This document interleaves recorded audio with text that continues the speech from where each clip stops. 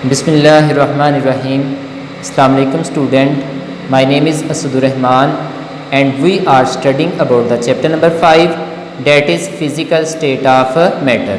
हमने कहा था कि इस चैप्टर में पढ़ना है कि हमारे पास मैटर की ज़ाहरी हालतें कितनी हैं, ठीक है, उनको डिटेल से स्टडी करना है। तो आपने मैटर की जो सबसे सिंपलेस्ट फिजिकल स्टेट है उसे पढ़ना स्टार्ट किया था, डेट इज़ गैसेज स्टेट।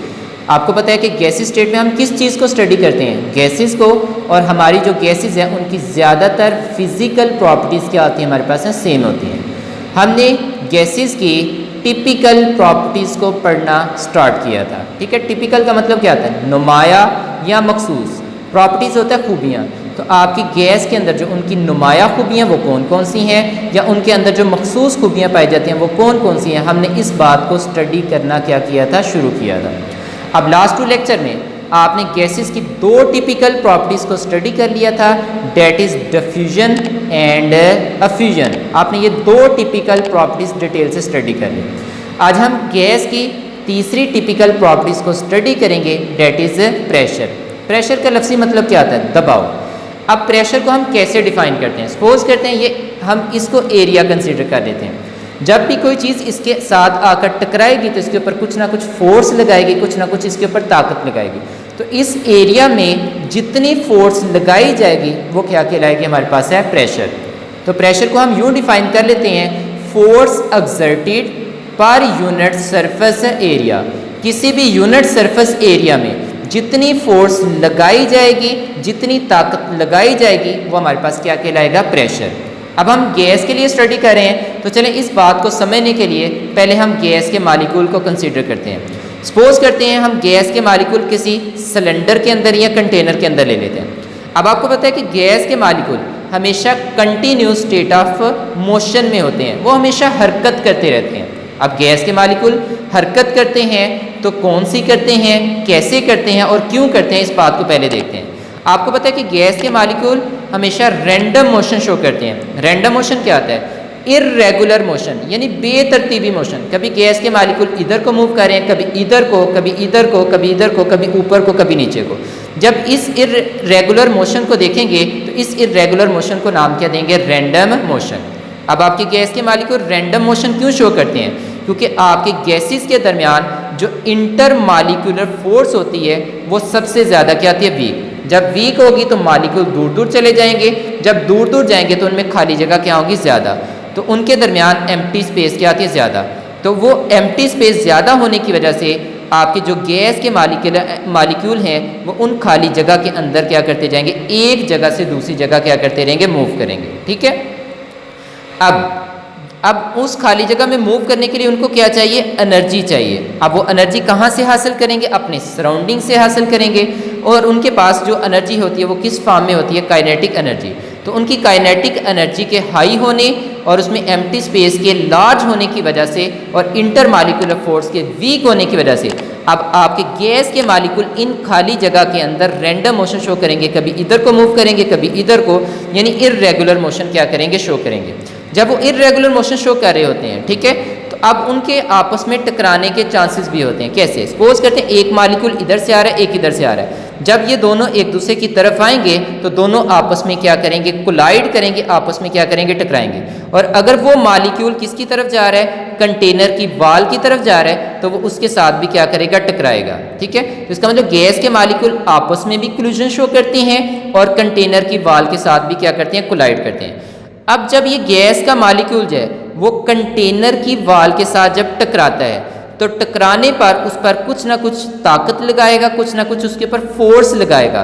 तो जितनी फोर्स उससे लगेगी वो उसका क्या कहलाएगा, हमारे पास है प्रेशर। तो हमने यही कहा था कि जितनी फोर्स लगाई जाती है यूनिट एरिया में उसको हम नाम क्या देते हैं, प्रेशर। तो इसका मतलब जब गैस के मालिक्यूल कंटेनर की वाल के साथ कोलाइड करते हैं तो कोलाइड करने पर वो उस पर कुछ ना कुछ फोर्स लगाएंगे, तो उस फोर्स को नाम क्या देंगे, हम यहाँ पर प्रेशर का नाम देंगे। यहाँ तक बात समझ आ गई। तो ये आपकी होगी डेफिनेशन कि force exerted per unit surface area, किसी भी यूनिट एरिया में जितनी फोर्स लगाई जाती है उसे नाम क्या देते हैं, प्रेशर। अब नेक्स्ट पॉइंट की तरफ आते हैं। अब प्रेशर का फार्मूला क्या है, अब हम फार्मूले को देखेंगे, ठीक है। अब देखें, प्रेशर को हमने P से रिप्रेजेंट कर लिया, इज इक्वल टू, आपने कहा फोर्स एक्सर्टेड, तो फोर्स को किससे रिप्रेजेंट कर लिए, F से। पर यूनिट, ठीक है। अब हमारे पास है ओवर हमारे पास सरफेस एरिया, तो नीचे हमारे पास क्या आ गया एरिया, तो एफ ओवर क्या हो गया हमारे पास है ए, तो ये हमारे पास उसका फार्मूला बन गया, ठीक है। अब एरिया को हम ए से रिप्रेजेंट कर रहे हैं और फोर्स को किससे एफ से, तो हमारे पास बना P is equal to F over A, ठीक हो गया, ये हमारे पास फार्मूला है। अब आते हैं, अब प्रेशर के SI यूनिट हमारे पास क्या है, अब इस फार्मूले से हम उसके यूनिट देखते हैं। तो पहले तो देखते हैं कि हमारे पास फोर्स जो है उसके SI यूनिट क्या आते हैं न्यूटन, और एरिया के SI यूनिट क्या आते हैं हमारे पास है मीटर स्क्वायर। नहीं जी, मैंने फोर्स की जगह पर न्यूटन पुट किया और एरिया की जगह पर उसका यूनिट पुट किया मीटर स्क्वायर।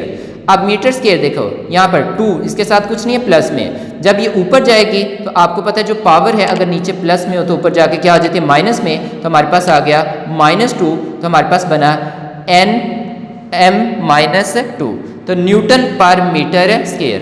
तो हमारे पास प्रेशर के जो SI यूनिट बने वो हमारे पास क्या बने न्यूटन पर मीटर स्क्वायर।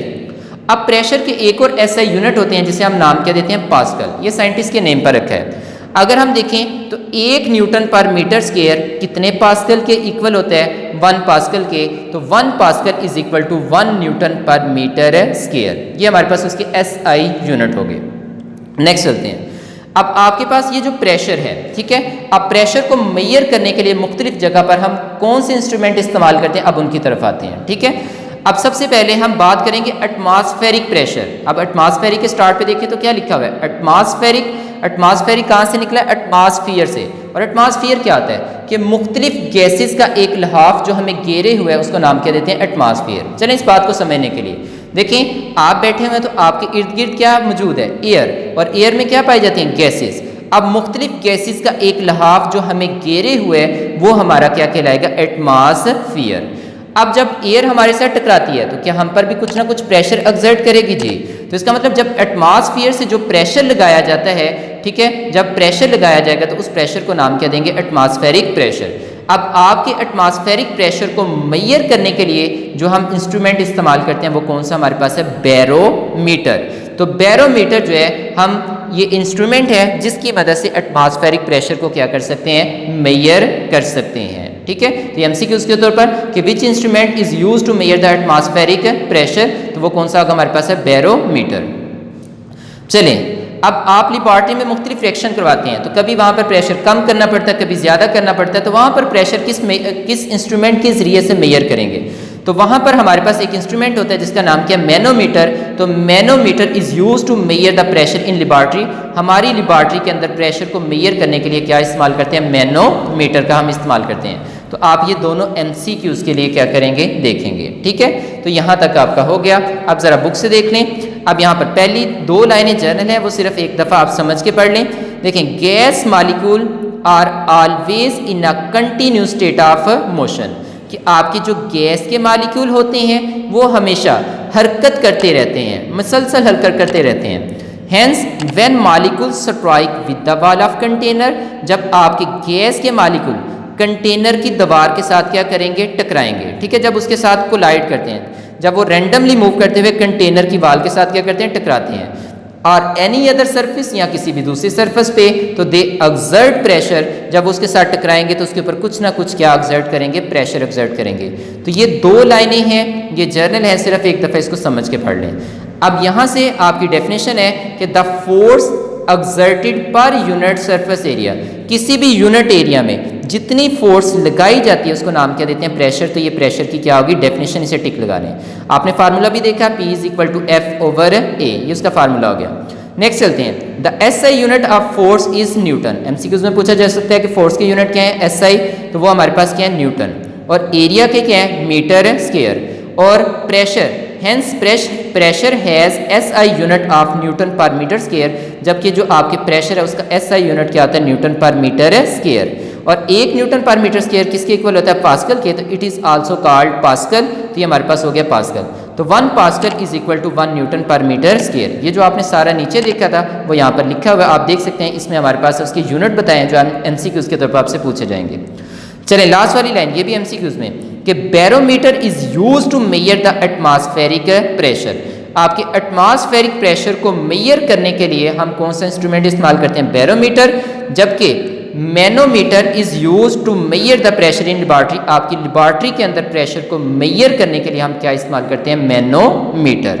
ठीक है, तो यहाँ तक आपकी आज आपने गैस की थर्ड टिपिकल प्रॉपर्टीज प्रेशर को स्टडी किया।